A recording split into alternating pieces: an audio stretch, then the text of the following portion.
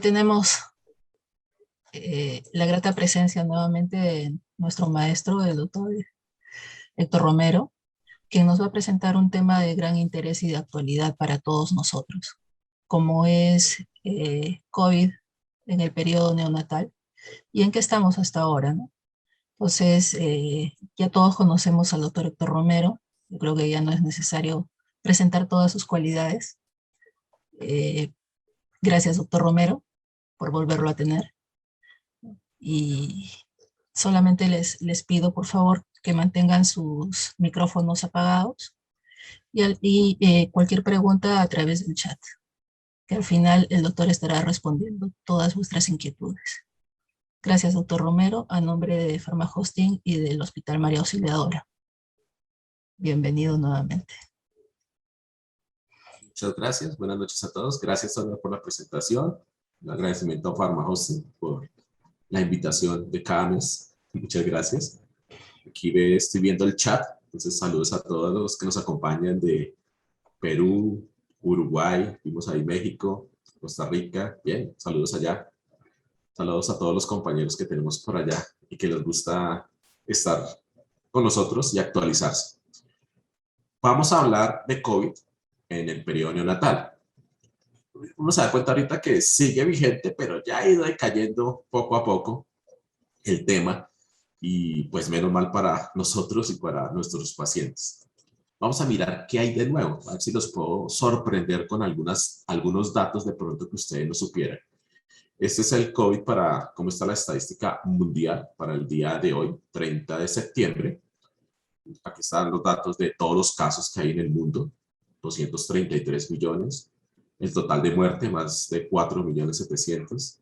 El total de vacunas, mira, ya hay una gran cantidad de vacunas recibiendo. Y aquí quiero que vean en el lado derecho los picos, los 3 picos que se han dado de casos y los picos que se han dado de muerte.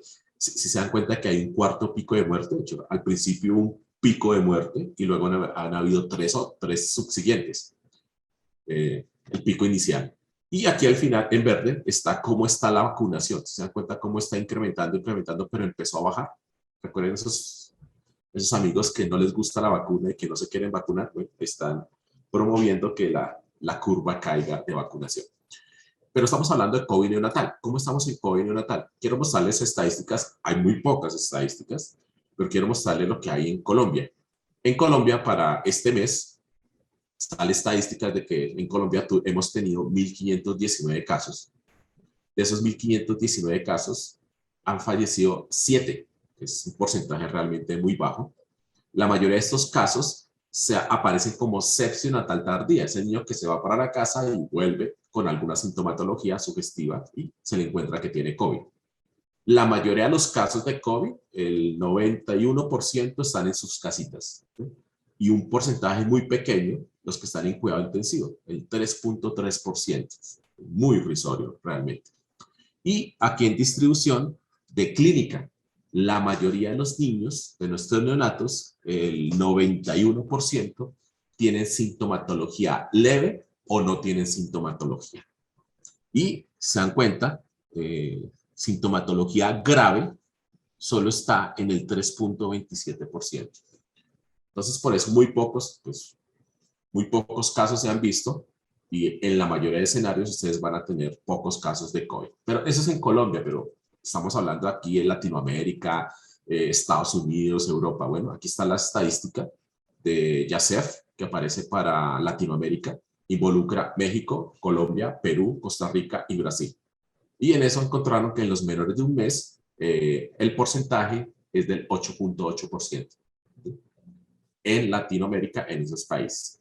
¿Y cómo está Europa? Esta publicación de Goxi aparece en septiembre del año pasado y aparece un 7% de casos en el periodo neonatal. Muy poquito realmente.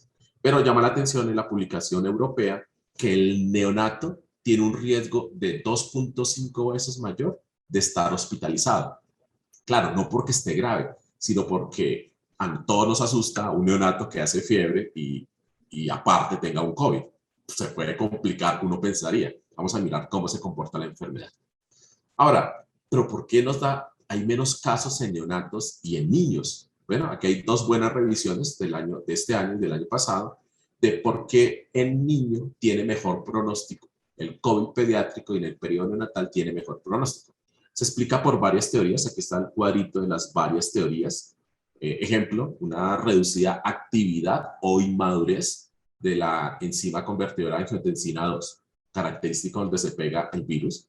Otro es que los neonatos tienen mayores niveles de melatonina y esa melatonina podría ser inmunomoduladora y protectora. Tercero, el neonato tiene una reducción de unas proteasas serinas de transmembrana en los neumocitos tipo 1. Eso ayudaría a la protección contra el COVID. Lo otro, que el neonato tiene más una respuesta TH2, fomentando una protección. Y por último, que el neonato no produce gran cantidad de citoquinas, entonces no montaría la famosa tormenta de citoquinas que pueden aparecer en los adultos. Entonces los niños son menos susceptibles y lo hemos notado. Ahora alguien en algún momento dijo, no, es que los niños son los reservorios y ellos son los que están infectando a todos los demás. Pues les tengo malas noticias. Esta publicación es un meta-análisis que apareció para el 2020, en el cual demostró que los niños menores de 18 años, dentro de eso están los neonatos, tenían baja susceptibilidad a la infección. O sea, se infectan menos, ya lo sabíamos. Y lo otro, estos niños también juegan un rol menos importante en la transmisión de COVID en la población general. Entonces, no son los niños los que están transmitiendo, ¿se da cuenta? Nos hemos dado cuenta que son los adultos jóvenes que transmitían y siguen transmitiendo. COVID, definición, ya lo sabemos, el caso sospechoso, el caso probable, el caso confirmado. Todas las sociedades y todas las vías ya tienen esta misma definición de COVID. Entonces, ejemplo, un niño sospechoso es un neonato, ¿sí?, cuya madre tuvo infección confirmada 14 días o 28 días, 14 días antes del parto o 28 días después del parto, imagínense. O el neonato que está con historia de contacto estrecho. Y contacto estrecho, vamos a mirar acá, miren, contacto estrecho es que esté con un conviviente, con un familiar o una persona a menos de 2 metros. Y los recién nacidos asintomáticos de madres con diagnóstico de COVID son considerados contacto estrecho. Imagínense, el neonato es un contacto estrecho como tal. Entonces aquí están las definiciones, todo ya lo tenemos estipulado, pero quiero extraerle esto. Las definiciones de infección congénita. Ya está establecido la lista de chequeo. Entonces yo ya sé cuándo es una infección congénita confirmada, probable o posible. Y para ser confirmada, pues tengo que detectar el virus a través de reacción en cadena polimerasa, en cordón umbilical, en sangre, en las primeras 12 horas de nacimiento o en líquido amniótico recogido antes de que se rompan las membranas. Con eso confirmo una infección congénita. También tenemos la definición de infección adquirida intraparto. La que se hace intraparto también puede ser confirmada, probable o posible. Y por último, la infección adquirida posparto, la tardía, confirmada, probable y no infectada. Entonces, esto apareció en una revista de ginecología, pero fue aceptado. Ya la OMS en febrero de este año tomó esos criterios y hizo las tablas para definir infección inútero o infección tardía, inútero, intraparto o tardía. Y en cada una se define qué examen tienes que tomar y en qué momento de la vida tienes que tomar. Y ya tenemos estadísticas de eso, Ochoa. De estas definiciones ya tenemos estadísticas. Entonces, estas estadísticas aparecen aquí en Raschtel, una publicación de este año. Vemos que la mayor cantidad de infecciones a nivel mundial son infecciones posparto, adquiridas posparto y con definición de probable.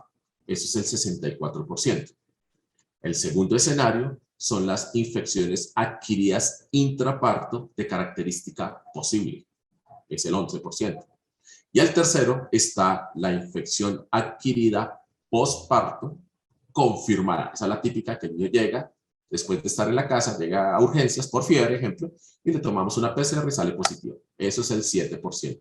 Pero quiero que vean acá, para esas personas que todavía dicen que no existe la transmisión vertical, pues esta casuística habla de la infección confirmada congénita en un 5.7%. ¿Cuál es la clínica de los recién nacidos? ¡Wow! Es muy variable. Aquí tengo todas las revisiones que pueden encontrar. Esta es la más reciente, pues esta charla es de septiembre al 2021. Aquí está septiembre del 2021, las características clínicas del COVID en neonatos. Hay una acotación. Los hallazgos clínicos, especialmente en los recién nacidos prematuros, es muy inespecífico. Puede ser cualquier cosa como vamos a mirar. Pero en general la estadística dice que los niños son asintomáticos en un 67 a 97%. Asintomáticos. Y son sintomáticos en un 3 a un 40%. ¿Cuáles son los síntomas que se presentan en un 3 a 40%? Fiebre, en promedio del 26, pero va hasta el 43%. Síntomas respiratorios que oscilan entre el 9 y el 53%. Y síntomas respiratorios pueden ser estornudos, rinorrea, disnea, tos, apnea, dificultad respiratoria. La más frecuente es la rinorrea, la disnea, la tos. ¿Sí? Síntomas gastrointestinales va entre un 5 y un 61%. Está el vómito como más frecuente, le sigue la diarrea y luego la pobre alimentación. Síntomas neurológicos van hasta el 28%, como letargia, hipotonía o hipertonía o irritabilidad. Manifestaciones hemodinámicas en un 10%, como taquicardia e hipotensión, y otras manifestaciones que están en el 9.2%, como son las conjuntivitis y un brotecito o un rash cutáneo. Esa es en general lo que dicen todas estas publicaciones acerca de cuáles son los síntomas en un neonato. ¿Se dan cuenta que son inespecíficos? Entonces, las guías dividen a los niños en asintomáticos y sintomáticos. Sintomáticos es al menos que presenten un síntoma. Y dentro de los sintomáticos los subdividen. Ahorita más adelante vamos a mirar por qué los subdividen. Los subdividen en sintomáticos leves, son los niños que tienen fiebrecita, tos, estornudos, síntomas digestivos leves como náuseas o vómito o diarrea. Nada importante grave, pero son síntomas leves. Están catalogados como síntomas graves los que tienen dificultad respiratoria de leve a moderada y es progresiva. Y se acompaña de los anteriores síntomas de la leve, que es fiebre, síntomas gastrointestinales leves, y este niño ya puede tener distensión abdominal. Y síntomas críticos, el niño sintomático crítico, es el niño que hace apnea, falla ventilatoria, dificultad respiratoria o hace síntomas gastrointestinales importantes como sangrado o entra a trastornos hemodinámicos como el shock. Entonces uno puede decir el niño es sintomático leve, sintomático grave y sintomático crítico. Y esto viene desde la primera clasificación que hicieron el consenso chino, el primero que se hizo en diciembre del 2019, enero del 2020, esto ya estaba ahí. Y coincide con la clasificación fenotípica clínica que establecen para COVID la Sociedad Europea, en el cual dice que hay varios fenotipos. El fenotipo tipo 1 es el niño asintomático o el sintomático leve. Significa que en la mayoría de los neonatos, si lo ponemos en la clasificación de COVID de adultos europeos, sería fenotipo 1.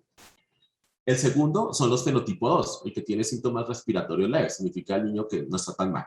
Y ahí vas avanzando y se encuentran 5 fenotipos. El último fenotipo clínico es el niño que tiene una reacción inflamatoria importante y presenta SDA radiológico.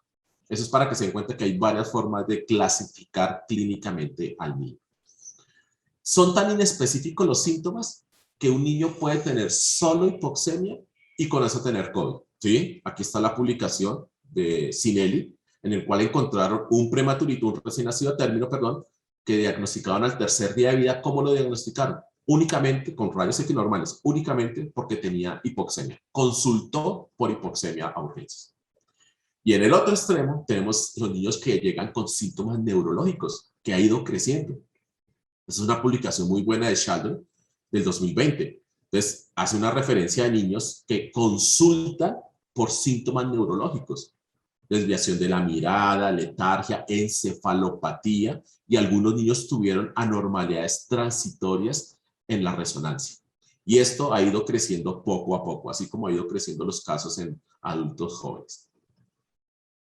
Y establecemos que, ¿se acuerdan que los europeos establecieron que había un riesgo de 2.5 mayor de que el neonato se hospitalizara? Entonces, en general, a nuestros neonatos los consentimos y los ponemos siempre como factor de riesgo y se establece así. La población neonatal se considera como alto riesgo para infección grave y para tener complicaciones.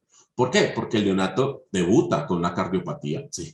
Los neonatos tienen hipertensión pulmonar, tienen displasia oncopulmonar, los neonatos pueden tener traqueostomías u oxinodependencia crónica o pueden debutar con encefalopatía con una asfixia, cosa que de pronto no hace un adulto, ¿sí? Entonces el neonato tiene esta enfermedad de base que predispone a que tenga mayor riesgo o que el COVID se convierta en un COVID grave, crítico o con complicaciones. Coinfección, porque el COVID no viene solo, puede estar coinfectado. ¿Qué dice la literatura? Aquí arriba están unos varios metaanálisis del 2020 y 2021. A medida que pasaron los meses, se dieron cuenta que la proporción de infección cambiaba. Entonces hay publicaciones que dicen que hay cero coinfección viral, que el COVID es solo. Hay otras que hablan del 27% y otros hablan del 51%. Y el germen que en esas publicaciones más coinfecta, en general, es el micoplasma y el virus sincitial respiratorio.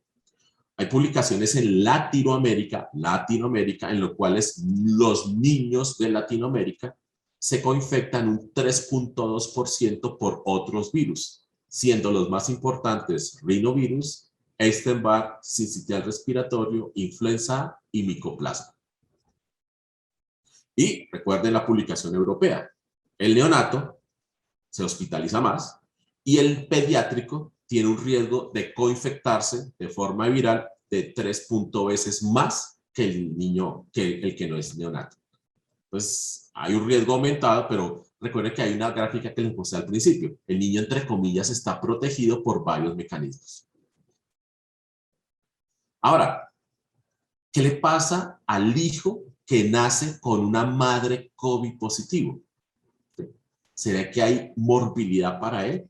Bueno, uno se puse a buscar, aquí me puse a buscar todo lo que encuentro, no son artículos, son metaanálisis y revisiones sistemáticas. El más reciente es de julio de este año, que es una revisión sistemática de los niños que nacen de madres con COVID positivo. Y sí, hay afecciones, hay cierta cantidad de morbilidades, y aquí les hice un resumen de esas morbilidades. Hay una mortalidad hasta el 1.5 por solo ser hijo de madre con COVID. Nacer prematuro hasta el 31.7.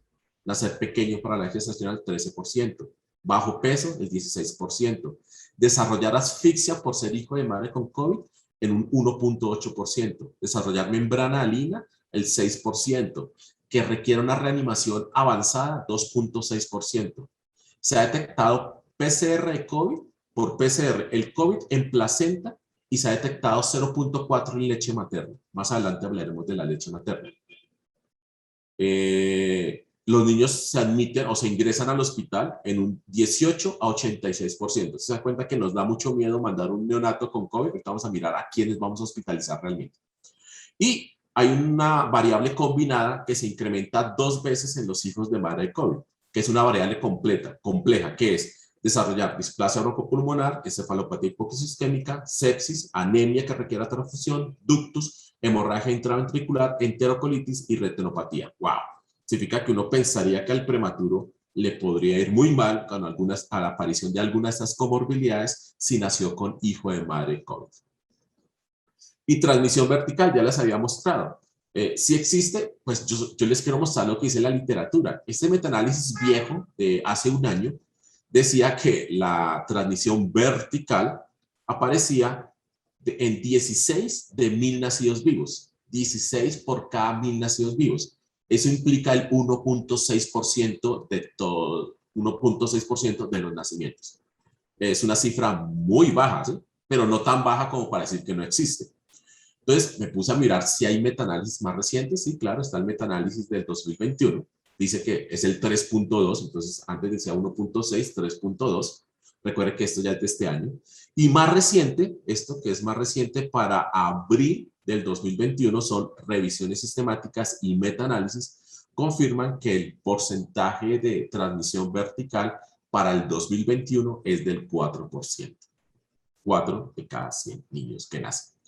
Ok, entonces significa que la mamá tiene unos anticuerpos, tiene la enfermedad y se la puede transmitir a su bebecito. Ahora, ¿Cómo son los anticuerpos? Si la mamá lo desarrolla, ¿será que le puede transmitir algo más a su bebecito, aparte del virus? Anticuerpos. Mira que la mamá produce anticuerpos. Perfecto. Y estas 3 publicaciones demostraron que en promedio la mitad de los bebés obtuvieron IgG para COVID materna en el momento de nacimiento. La tasa de transferencia de ese IgG fue del 19% en esos lactantes cuya madre fue infectada 2 semanas antes del parto.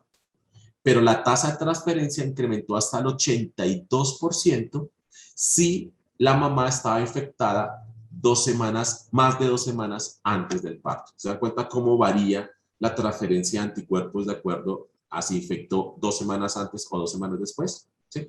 Y en los primeros días de vida, esas inmunoglobulinas en los lactantes se empezaron a reducir. Significa que hay una transferencia de la mamá al bebé de inmunoglobulinas, no por lactancia, sino transferencia directa, y esas inmunoglobulinas incrementan y luego empiezan a descender.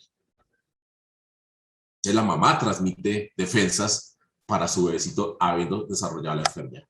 ¿Cómo atendemos al bebé? Pues en todos los, tratamos de que todos los bebecitos se les explique a la mamá de lo que puede pasar. Entonces se sugiere que se haga una consejería previa al nacimiento, se explique al papá tanto los riesgos del virus como los beneficios de las intervenciones que le queremos ofrecer, como intervenciones que son ampliamente conocidas y que tienen validez, como el contacto piel a piel, el alojamiento conjunto, la lactancia materna. Eso toca explicárselos muy bien a los papás y que ellos firmen de que se les explicó eso. A eso lo llamamos consentimiento informado. Explicarles, y nosotros tenemos que tener en cuenta todos los medios para podernos proteger, el equipo de protección personal. Tenemos que saber cómo reanimamos al niño. Recuerden que hacemos la reanimación basada en la 8ª edición de reanimación, que es el libro que salió ahorita. Aunque no aparece en el libro ni en el artículo de la Academia Americana de Pediatría, tenemos una charla de reanimación en la página, no aparece lo de COVID, pues hay varias publicaciones, varias sociedades que han hablado de cómo reanimar en un niño que tiene COVID. Entonces, por ejemplo, está la reanimación de la Academia Americana de Pediatría, que es un texto ahí escueto. Hay una publicación de los argentinos muy buena, y está esta publicación de los colombianos que se apareció en enero de este año, ni siquiera febrero de este año, mayo, de cómo reanimar a un niño con COVID, pues haciendo énfasis sobre todo en los filtros, ¿sí?, de alta eficiencia, la videolaringoscopia y la utilización de máscara laringea y la ventilación no invasiva. Entonces, la recomendación para Colombia, Colombia emitió una guía de manejo del recién nacido en general, adultos y del manejo del recién nacido, con su consenso de expertos, basado en la evidencia, y fue actualizada para abril 9 de este año. Y ese consenso explica que podemos dar ventilación no invasiva como ventilación invasiva al niño, pero lo que tenemos que colocar son filtros antimicrobianos de alta eficacia. Estos son EPA, los que llamamos, los filtros antivirales y antibacterianos de alta eficiencia. Tenemos que reanimar con un buen sello. Sugieren la utilización de la máscara laringea. Si vas a utilizar un ambú o una bolsa autoinflable, que ojalá tenga, no, debería tener reservorio, ¿sí? Utilizamos videolaringoscopia y la idea es premedicar al paciente para que la intubación sea lo más exitosa posible. Y aquí están los filtros, los que todos utilizamos. Recuerden que esos filtros tienen un espacio muerto de 10 milímetros. Significa que en menores de recién nacidos prematuros menores de 1 kilo no estarían indicados porque el espacio muerto se incrementa.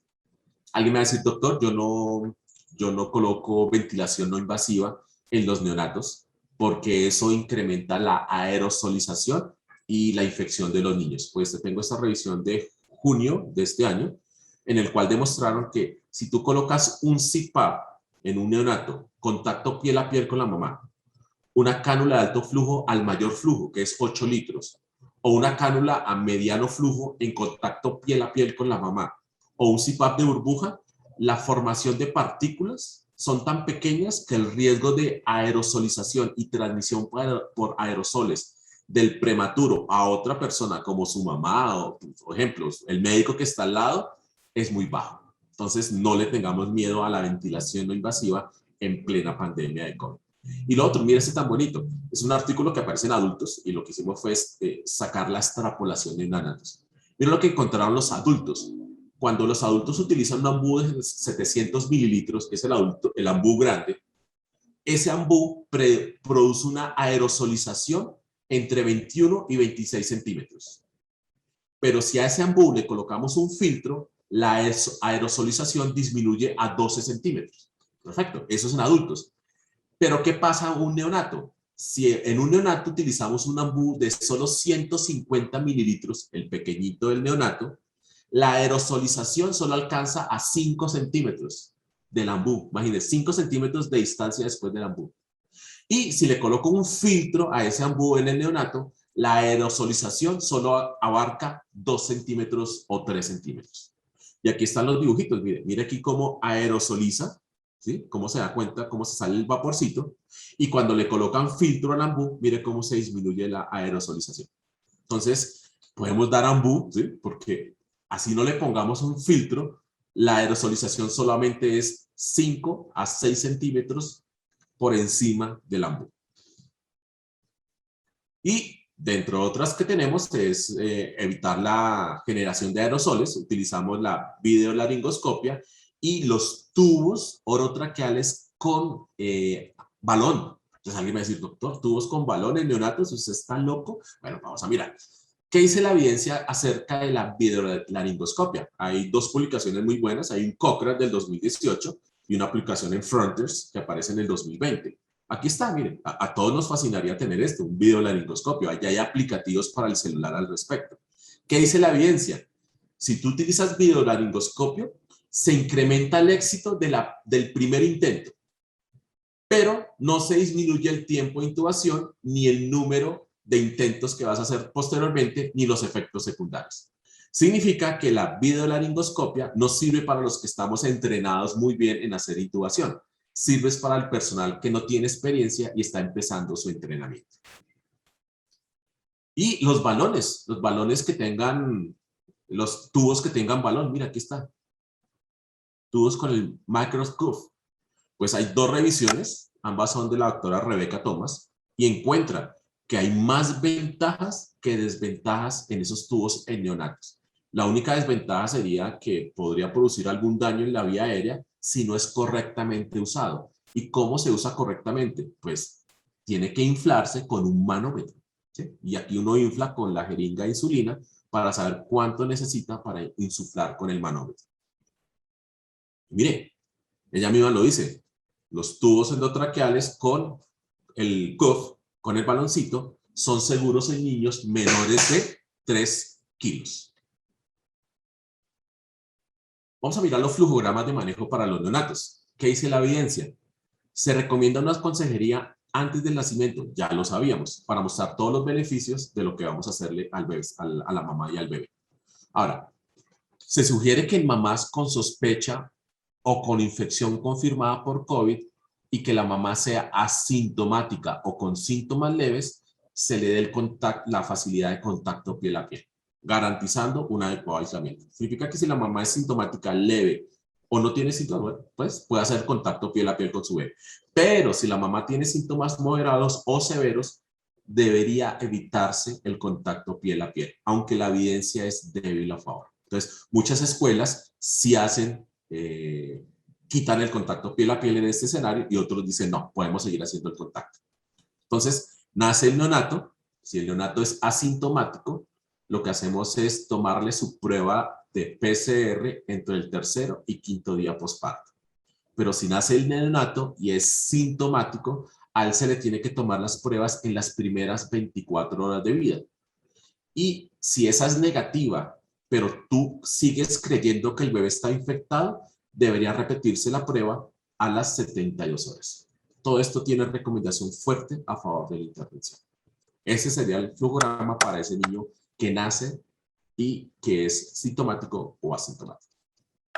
Entonces, al neonato asintomático, si la mamá tiene una PCR negativa, pues no hay ningún problema.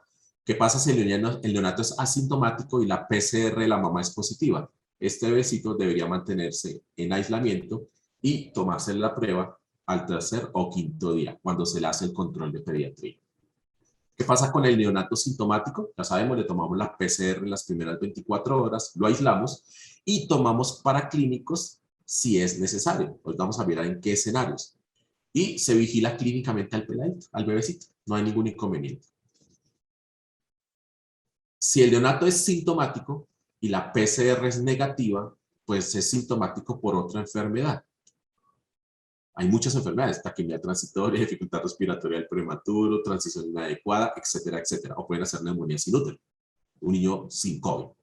Pero si tú sigues sospechando que el bebecito pueda tener infección y le salió la PCR negativa, podrías repetir la PCR 72 horas después de la primera para mirar si realmente tiene o no tiene. Y el neonato que es sintomático con PCR positiva, pues blanco es gallina lo pone, frito se come, ese niño tiene COVID y lo que se hace es un tratamiento de soporte, como vamos a mirar más adelante, se aísla y se mira cómo va su evolución clínica. ¿Qué exámenes le pedimos a un recién nacido con COVID o con sospecha de COVID? Quiero que leamos esta parte. Los laboratorios, con los datos de laboratorios en niños infectados es limitado. Significa que hay muy poca experiencia de cómo se deberían tomar los exámenes. Vamos a mirar qué dice la evidencia. Entonces, con recomendación fuerte en contra, no solicitamos pruebas de apoyo diagnóstico a los neonatos con COVID que son asintomáticos. No hay que chuzar al bebecito si es asintomático, ¿sí? Le haces el hisopado y pare de contar, pero no tienes que estar tomándole laboratorios. No solicitamos pruebas de apoyo diagnóstico de rutina a los niños sintomáticos leves o graves, solamente a los críticos, ¿sí? Y se requiere individualizar las pruebas solamente para los niños críticos.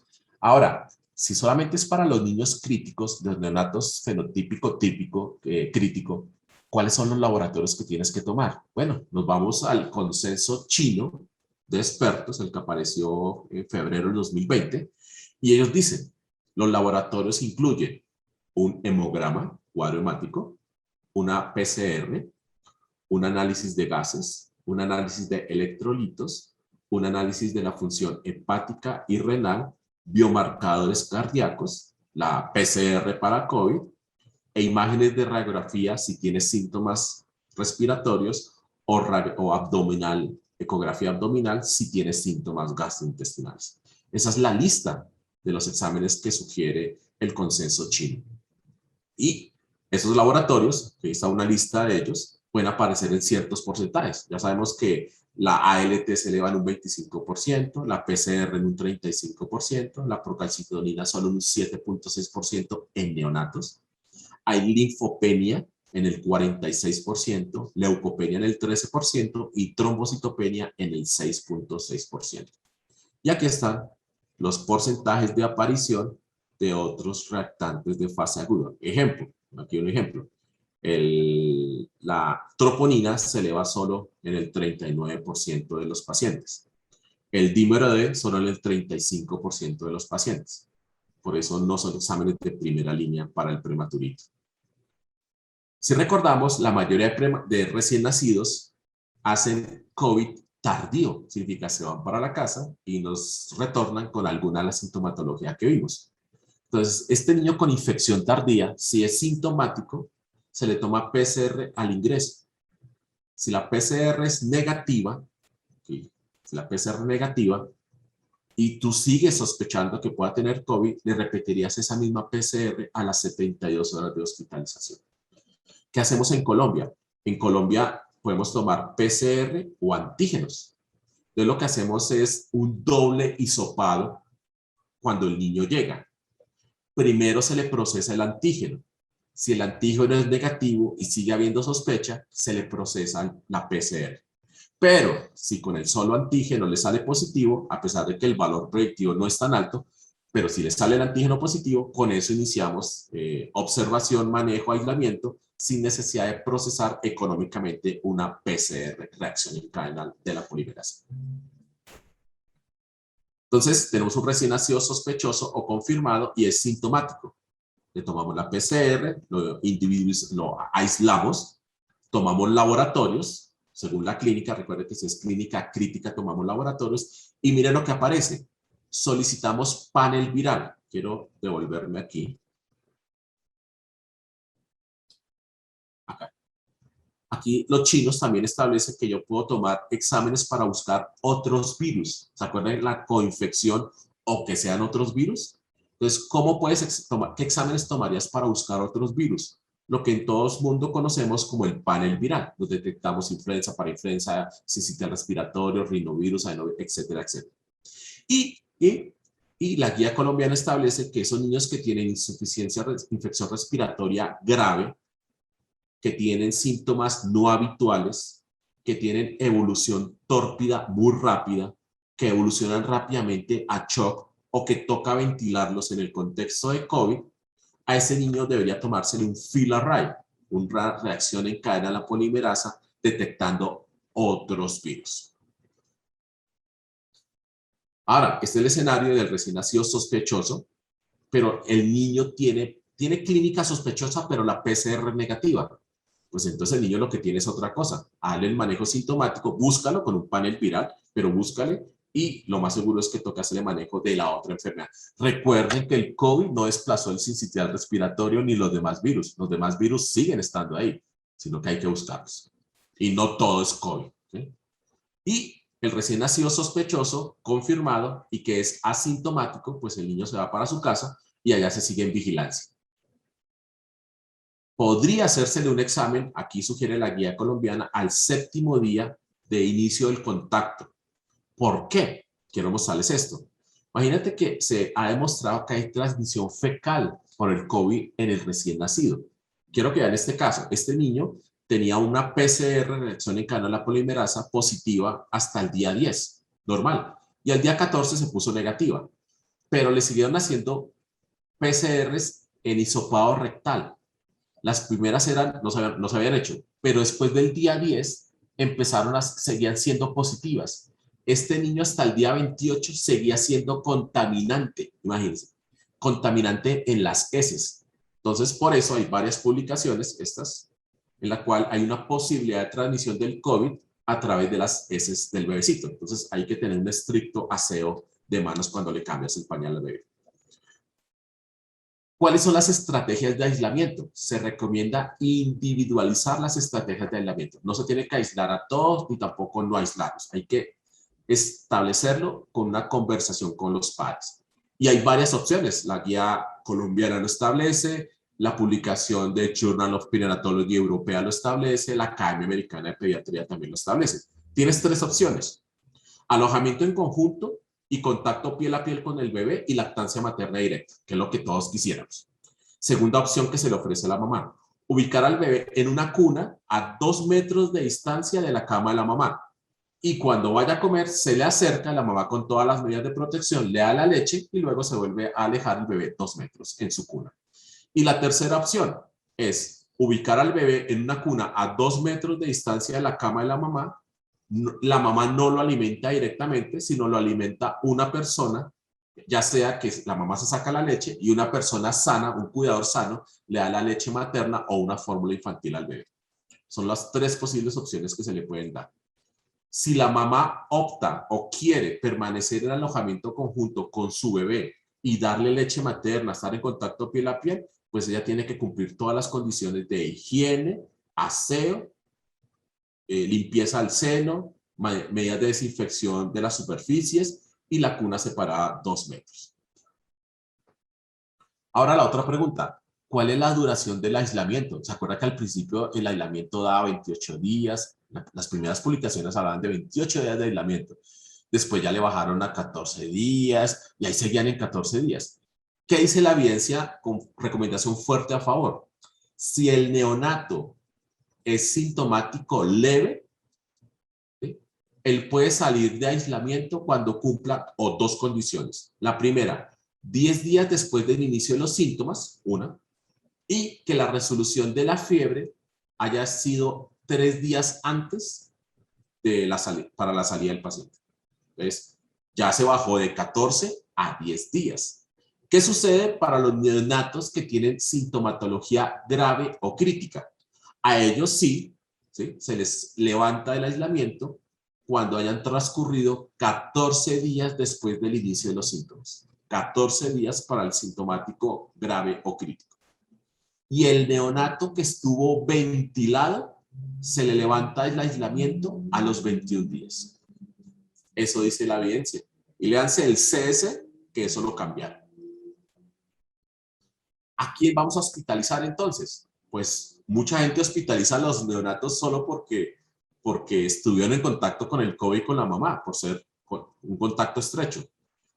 Con recomendación fuerte a favor, se hospitaliza a los recién nacidos que tengan síntomas nada más.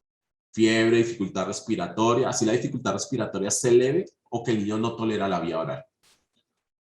O, mire este, sospecha o confirmación de infección neonatal por COVID-19. Ahora, se recomienda hospitalizar al recién nacido hijo de madre con COVID con cuadro clínico grave. Si la mamá tiene un cuadro clínico grave, nazca como el niño nazca, a ese niño toca hospitalizarlo para observar. Y mira lo que dice, entonces no se tiene que hospitalizar a todos los bebés. Mira lo que dice el doctor Solá en una publicación de este año. El recién nacido con COVID no requiere hospitalización o internación solo por estar infectado por PCR positiva. La hospitalización debe basarse en criterios clínicos, ¿ok? Lactancia materna, vamos a mirar qué habla de lactancia materna. Recuerden que se recomienda que si la mamá y el bebé son positivos para COVID, la mamá, y la mamá es asintomática, ella puede continuar con la lactancia materna. Es una recomendación fuerte a favor de la intervención. ¿Qué pasa si la mamá es sintomática y tiene una enfermedad grave? Pues si la mamá decide separarse del bebé de forma preventiva o cuando no puede asegurar un adecuado aislamiento, el neonato debe ser alimentado por un cuidador sano previamente entrenado.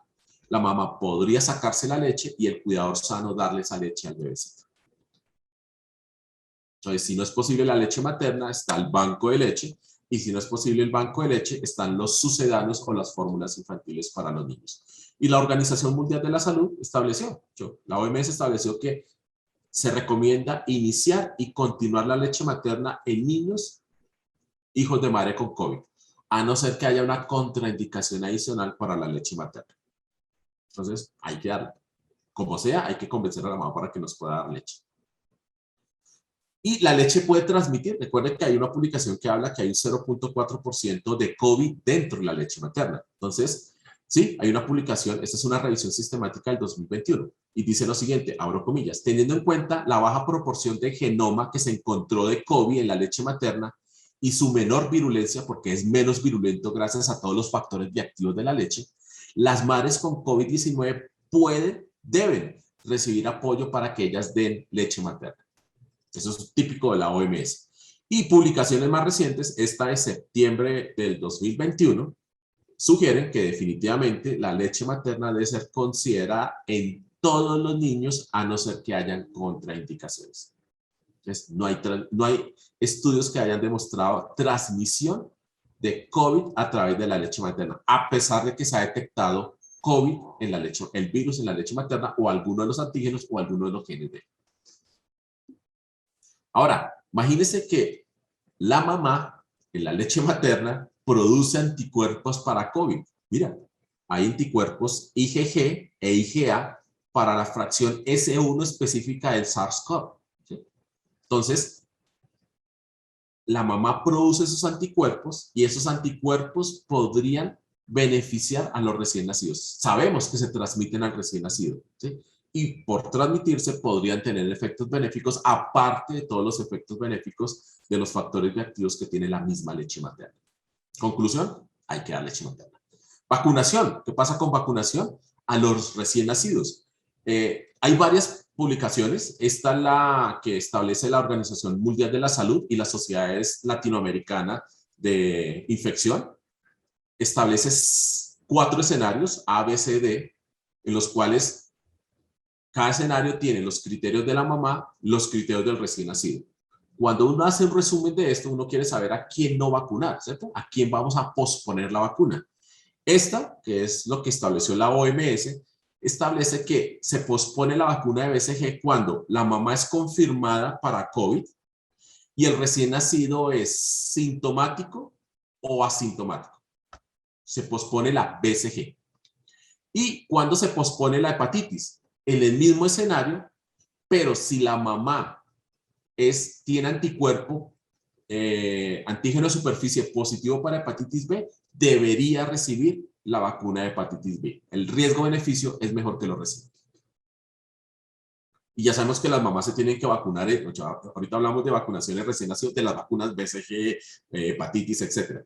Ahora, la vacuna para COVID en gestantes. Hubo un revuelo al principio de no se puede vacunar. Bueno, ya el grupo de ginecología para el 2021, el Journal de Ginecobstetricia americano, estableció que la vacuna se debería dar a las madres y ya las madres gestantes están recibiendo, y hay publicaciones, está en England Journal of Medicine, estableciendo que es efectiva la vacunación para COVID en las gestantes.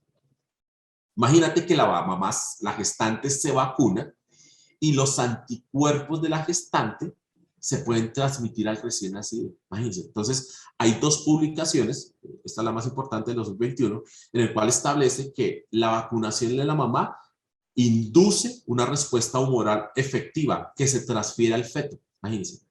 Y se ha detectado en el cordón umbilical, esos anticuerpos se han detectado en el cordón umbilical y siguen siendo positivos hasta 15 días después de la vacunación de la mamá. Entonces, esos anticuerpos IgG son detectables en el recién nacido. Y pues vamos a mirar más adelante qué tanto papel juegan esos anticuerpos en disminuir la enfermedad tan severa en los niños, en los recién nacidos. Pasamos a la fase de tratamiento para el COVID. Entonces van a decir, wow, tratamiento, sí. Me leí todo esto de neonatos y unas conclusiones que dice sobre todo el CDC. No se ha demostrado que ningún medicamento sea seguro y efectivo para el COVID en neonatos. No existen medicamentos aprobados por la FDA específicamente en el periodo neonatal. Se necesitan más ensayos. El problema es que va a pasar esta pandemia y los ensayos llegaron hasta ahí. Pero la literatura internacional, ¿qué se ha encontrado que le colocan medicamentos? Esa es una revisión sistemática del año pasado que mostró qué medicamentos le colocaban a los recién nacidos. Entonces, o qué tratamientos hacían. Entonces, colocaban ventilación mecánica, manejo sintomático, antibióticos, inmunoglobulinas, interferones, oxigenoterapia, y la oxigenoterapia podría ser por cánula, por CPAP o por ventilación, y colocaban vasopresores. Significa que en la literatura se encuentran estas que, si se dan cuenta, son medidas de acuerdo a los síntomas que esté presentando el paciente. Cuando me puse a leer, alguien está diciendo, alguna guía dice que no hay que colocarlo. Bueno, sí, hay varias guías. Los primeros que dijeron que no hay que no hay evidencia de los medicamentos en neonatos fueron los hindú. Esta publicación del 2020 dice lo siguiente: los antivirales, la cloroquina, la hidroxicloroquina no se recomiendan en niños, en neonatos sintomáticos o asintomáticos con COVID. El uso sistemático a todos los niños de corticoide sistémico y gamaglobulina tampoco está recomendada en los neonatos sintomáticos de forma generalizada. ¿Sí? ¿Qué sugiere la guía, el consenso chino y la publicación mexicana del 2020? Altas dosis de surfactantes si el paciente lo necesita, óxido nítrico, terapia de reemplazo renal, ECMO. ¿Sí? Y sugieren que la terapia, sobre todo de surfactante, debe individualizarse, porque los neonatos que hacen neumonía y que hacen neumonía por COVID pueden desarrollar lo que llamamos nosotros un SRA neonatal, o lo que llama la literatura un NARS. Y ese sería por fisiopatología, el surfactante le daría muy bien. ¿Qué dice la guía colombiana? Se sugiere evaluar individualmente los casos graves y en esos casos colocar graves o críticos, surfactante, óxido nítrico, ventilación de alta frecuencia y circulación extracorpórea, si el paciente lo necesita. Y la guía colombiana no recomienda usar de forma rutinaria inmunoglobulinas, esteroides, antivirales, acitromicina, ivermectina, hidroxicloroquina o cloroquina en neonatos con infección. Y que el antibiótico no se tiene que usar de rutina, solo cuando el paciente demuestra que hay infección o coinfección. Y la guía colombiana no encontró evidencia acerca de la dexametasona, ni evidencia a favor ni en contra. Entonces no se pudo emitir una recomendación a favor o en contra de la dexametasona. ¿Qué pasa con el surfactante? Hay muchas publicaciones en las cuales se han colocado niños a hacer SRA neonatal, lo que llamamos NARS, aquí está, NARS, lo habla el doctor Daniel De Luca, y a eso se les coloca un surfactante porque lo que están haciendo es una membrana alina por consumo, por un consumo de surfactante. Y múltiples guías hablan que si el niño tiene una neumonía, en cualquier escenario, un neonato hace una neumonía con consumo de surfactante o hace una neumonía con consumo de surfactante, tanto los americanos como los colombianos, como los canadienses, como los chilenos, en sus guías establecen que ese neonato que hace una neumonía con consumo de surfactante se beneficiaría de recibir surfactante. Hay estudios en animales, ¿sí?, en el cual a unos animalitos les inducen COVID y mire cómo se le ponen los pulmones. Y a otros les inducen COVID, le colocan surfactante y miren cómo el control se ve con el surfactante. Entonces demostraron que ese surfactante porcino mejoraba la oxigenación, el reclutamiento alveolar y prevenía la inflamación y la injuria en el pulmón en los animalitos que estaban con COVID. Queríamos mostrarles cosas nuevas. Hay un síndrome de respuesta inflamatoria multisistémica que es el MIX. Está en el adulto, está en el neonato, nosotros lo llaman como el SIMSTAC. Pues imagínense que este síndrome de respuesta inflamatoria multisistémica o síndrome inflamatorio multisistémico ya tiene una publicación de neonatos. Esta de Power, que aparece para este año, y dice los criterios que pueda tener un neonato con MIS. Es un neonato menor de 28 días que tiene pruebas positivas para COVID, que aparte tiene criterios clínicos de severidad. Es un niño que está severamente enfermo y sumado a eso tiene 2 órganos afectados, una disfunción multiorgánica de 2 órganos, sobre todo cuando hay compromiso del corazón, y aparte tiene evidencia por laboratorios, por 1 o más laboratorios de una respuesta inflamatoria sistémica. Y en ese neonato se ha descartado otras patologías que pueden simular ese mix, como una infección, una sepsis, un niño que tenga asfixia, etcétera, etcétera. Y hay publicaciones, esa es muy bonita de NeoReviews. Esta es aparece en Schaller. Esta es de NeoReviews, que es de mayo del 2021. Y aquí están las fotos. Mire estas fotos en las cuales se demuestra que hay unas coronarias dilatadas. ¿Sí? Acuerda que antes empezaron a hablar del Kawasaki, pues ese es el MIS que tomó el nombre ya en el momento, en lugar de ser Kawasaki asociado a COVID, ya se llama MIS. Mira las lesiones en boca y en piel en los recién nacidos, pueden desarrollar enterorragia como una típica enterocolitis o unos bloqueos, ¿sí?, auriculoventriculares. Y mira estas lesiones de necrosis que hay reportados en neonatos. ¿Qué sucede si sospechas un MIS? Porque cumple los criterios. El mismo artículo te dice cuáles son los laboratorios.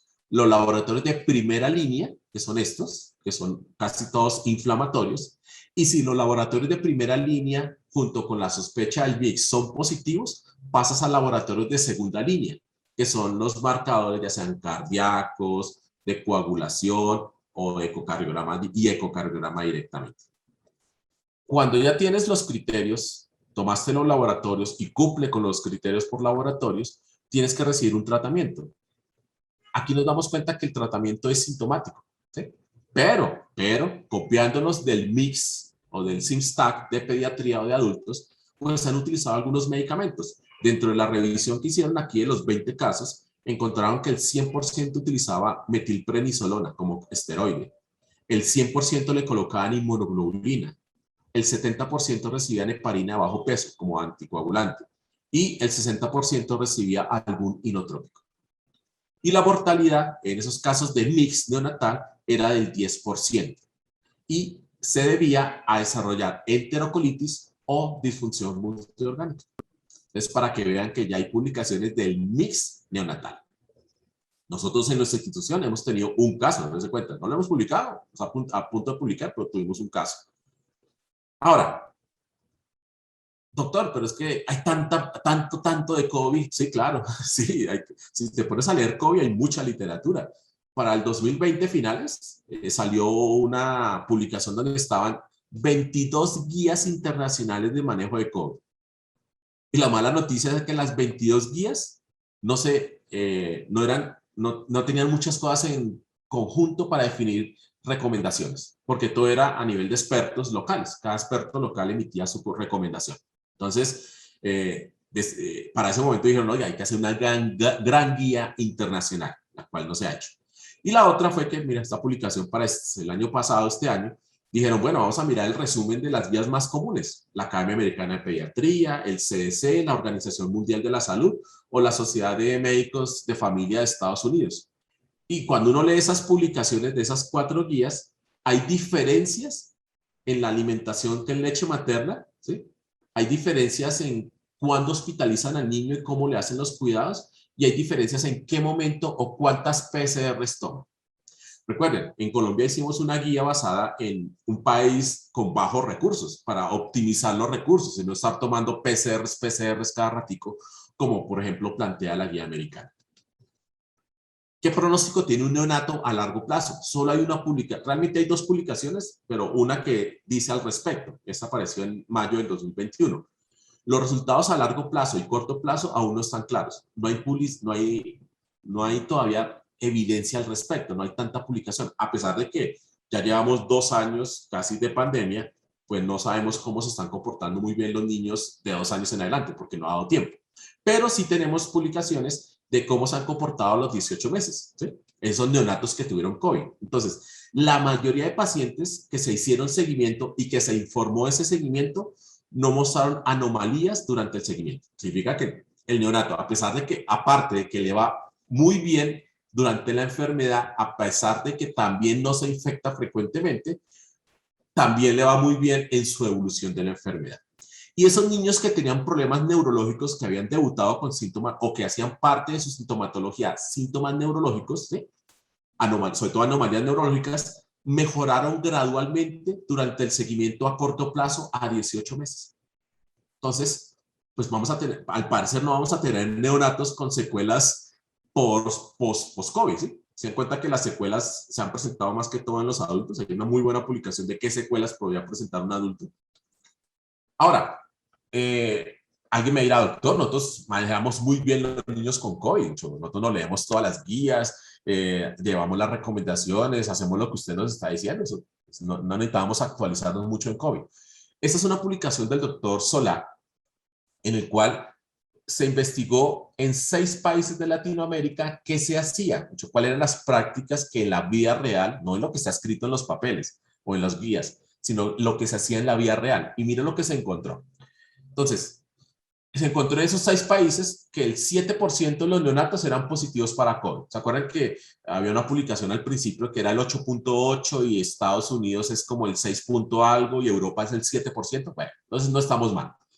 Ahora, todos los niños presentaron sintomatología respiratoria leve y transitoria. Significa que los niños son más sintomáticos, si se dan cuenta, por esta literatura son más sintomáticos en Latinoamérica, pero a pesar de ser sintomáticos, son sintomáticos leves. Ninguno falleció. Bueno, no están las publicaciones de Colombia, porque en Colombia tenemos varios fallecimientos atribuibles a COVID. Mira, ahora empezamos a tener malas cosas. Solo se autorizó la leche materna en el 24% de las madres. Entonces uno se pone a pensar, ¿y el resto de las mamás? Y eso lo autorizó el médico, pero recuerden que esto es consensuado con la mamá. Si la mamá dice sí, nosotros tenemos que decirle, sí, mamá, ven, te voy a apoyar con la lactancia y voy a ayudarte con todas las medidas de protección. Entonces, eso no lo estamos haciendo. Esto debería ser el 100%. Tercero, el 13% de las mamás extrajeron la leche. Debió ser el 100%. Y el 63% de los niños se alimentaron con fórmula infantil. Debió ser el 0%. El 76% de los casos, el médico separó a la madre del hijo. No se le dieron las 3 opciones. Se optó por la tercera opción de una, separación, en el 76%. Y el 95% de los casos, la madre no pudo estar acompañada en el parto ni en el puerperio. Y uno podría, por el parto humanizado, dejar ingresar al familiar con todas las medidas de protección. Entonces, muy sabiamente, mire lo que dice el doctor Solá. La pandemia aumenta el riesgo de llevar a cabo prácticas clínicas no basadas en evidencia que atentan contra el cuidado humanizado y centrado en los recién nacidos y su familia. Nos dio miedo, si se dan cuenta, esas son puras opciones médicas de miedo. Que no se infecte y realmente no hay evidencia al respecto. Entonces, bueno, aquí ya para finalizar, se cuenta que la gente toma opciones que no tienen nivel de evidencia. Aquí está este señor, no hace nivel de evidencia, mire este aislado completamente, sin ningún nivel de evidencia. Aunque traté de que esta charla tuviera el mayor nivel de evidencia posible. Muchas gracias. Quedamos atentos a las dudas que puedan surgir de nuestro querido público. Gracias, doctor. Ya tenemos algunas preguntas. Hay el doctor, bueno, la doctora María Morillo pregunta, ¿cuánto de presión se requiere aplicar al balón para evitar necrosis local por mayor presión? Entonces, aquí como vimos en el manómetro, depende del tubo, ¿sí? Porque recuerden que tenemos tubos 2.5, tubos 3, ¿sí? O 3.5. Entonces, realmente lo que pide para que insufle el manómetro es más o menos 15 nada más. Y uno lo podría ver cuando lo conectas al manómetro. 15 como máximo. La otra, cuando tú insuflas afuera, ves que tanto insufla. Y esa misma distancia, esa misma fuerza con la que insuflaste debería ser, vuelves y desinsuflas, intubas al paciente y luego insuflas. Si tú notas, no se puede ver clínicamente que haya problemas de necrosis de la mucosa. Imagínense, no hay problema. Entonces, lo que se sugiere es que el paciente se le esté tomando los rayos X de tórax diariamente. En los rayos X de tórax, uno puede ver dónde está el tubo y qué tanto está desplazada la tráquea en el sitio donde está insuflado el baloncito. ¿Cuánto tiempo se pospone la vacunación al recién nacido con BCG? Se pospone hasta que la mamá se determine si es PCR positiva o PCR negativa. Entonces, si es PCR positiva, recomiendan posponer 28 días. Perfecto. Dosis de surfactante, inicio y hasta cuántas veces puedo usar surfactante en bronconeumonía COVID. Entonces, yo solamente digo lo que dicen los chinos. El protocolo chino y sugiere que las dosis sean altas de surfactante. Entonces, significa dosis altas. Segundo, las publicaciones hablan de que hay ensayos en animalitos demuestran que el porcino, el surfactante porcino, es el que podría tener más eficiencia en ellos. Entonces, sería un surfactante porcino a dosis altas. Entonces, en el mercado tenemos Curusur y la dosis alta es 200 por kilo. Y el tercer escenario es cuánto número de dosis, ¿sí? El número de dosis que establece lo mismo lo dicen los chinos. Tú puedes colocar hasta una tercera o una cuarta dosis de surfactante. En neonato con madre sintomática COVID positivo y recién nacido solo sintomático, pone, que tiene dentro de los exámenes dímero D muy elevado, ¿debería tratarse? No. Eso es una extrapolación de pediatría, ¿sí? Los pediátricos que tienen dímero D elevado, a esos niños les colocan anticoagulación. El neonato por solo elevación del dímero D no requiere anticoagulación. Necesita tratar de completar los otros exámenes de mix. En el caso de los neonatos, ¿la prueba del antígeno nasal es igual de sensible que el PCR para COVID? ¿Cuál se recomienda? No, se recomienda la PCR. Lo que pasa es que estamos en países de bajos recursos, ¿sí? Entonces, ejemplo, en Colombia una PCR se nos puede estar demorando 4 a 5 días, la PCR, ¿sí? Y yo necesito definir la situación del recién nacido. Entonces, en Colombia, a pesar de que el valor predictivo es más bajo, el valor predictivo positivo es más bajo, si le sale positivo el antígeno, pues definitivamente sugerimos que sí lo tiene. Pero si sale negativo el antígeno, pues ahí sí nos tocaría procesar la PCR del paciente. Pero si tú ya tienes el protocolo nacional de que sea con PCR, síguela haciendo con PCR. Pero te doy un ejemplo. Vuelvo y digo, lo que nos pasa a nosotros. A mí un niño me puede estar acostado en una cunita esperando la PCR de la acción en cadena polimerasa 4 a 5 días mientras me llega el resultado. No es justo. ¿Es correcto colocar las caretas a los neonatos solo por precaución? No. A los neonatos sanos que están en hospitales COVID, dice. No, esas caretas fue una invención coreana y no tiene evidencia.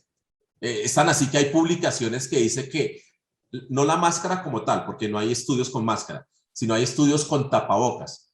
Estudios con tapabocas en recién nacidos inducen no significativamente más apneas y pausas respiratorias. Me parece más un comentario. Los porcentajes de separación del recién nacido también deberían atribuirse a la gravedad del compromiso materno. La literatura habla, el artículo original habla de 1.8 metros de distancia de separación. Pues por distancia, ¿sí? Y recuerden, si la mamá es grave, si la señora está grave, el bebecito pues no podría estar con ella y evidentemente se separa de su mamá. Recién nacido reingresa al hospital por patología respiratoria. ¿Se le deberá tomar PCR para el ingreso? ¿Desde qué día de vida? Entonces, la literatura establece que en el momento del nacimiento en el servicio de urgencias, si sospechas que pueda tener COVID, en ese momento tienes que tomar la PCR. En ese momento. Si sale negativa y el paciente queda hospitalizado y sale negativa, pero sigue sospechando que tiene COVID, a pesar de que la primera prueba es negativa, repites una segunda prueba 72 horas después de la primera prueba. Por ahora no hay más preguntas, doctor. Sí, era algo de actualizarnos en COVID, pero espero haber podido darles datos nuevos, herramientas, saber dónde buscar. Sí, pero de repente algo que es común en el Perú es que nosotros el alta de un parto autóxico, sea o no sea madre COVID, se está dando a las 24 horas de vida. Entonces, por ahí vi que había que tomarle a las 48, 72 horas la prueba. ¿Qué hacemos con estos bebés? Entonces, nosotros lo que hacemos es como, la prueba se hace entre el tercero y quinto día. Así es. Tercero y quinto día. ¿Por qué? Porque las políticas nacionales en Colombia y en políticas internacionales establecen que el neonato tiene que tener un control del recién nacido sano en la primera semana de vida, entre el día 5 y el día 7. Entonces, si ese niño vuelve al control de consulta externa, al día 5 se le podría estar tomando la prueba. Uh-huh. Y sugieren no tomar la prueba, sugieren no tomar pruebas antes de las 12 horas de vida. ¿Sí? Sugieren que sea entre las 12 y 24 horas. Porque antes de las 12 horas de vida, para cumplir los criterios, saber si es una infección congénita o adquirida intraparto, no solamente esa prueba tiene que ser positiva, tiene que también ser positiva, por ejemplo, el líquido amniótico con membranas íntegras. Entonces, si tú quieres hacer un estudio para establecer enfermedad de transmisión vertical, podrías tomar la PCR antes de las 12 horas de vida. Pero como la mayoría lo que hacemos es no estudios, sino lo que hacemos es hacer un screen del recién nacido, por eso la prueba se debería tomar entre las 12 y 24 horas de vida. En el niño sintomático, ¿verdad?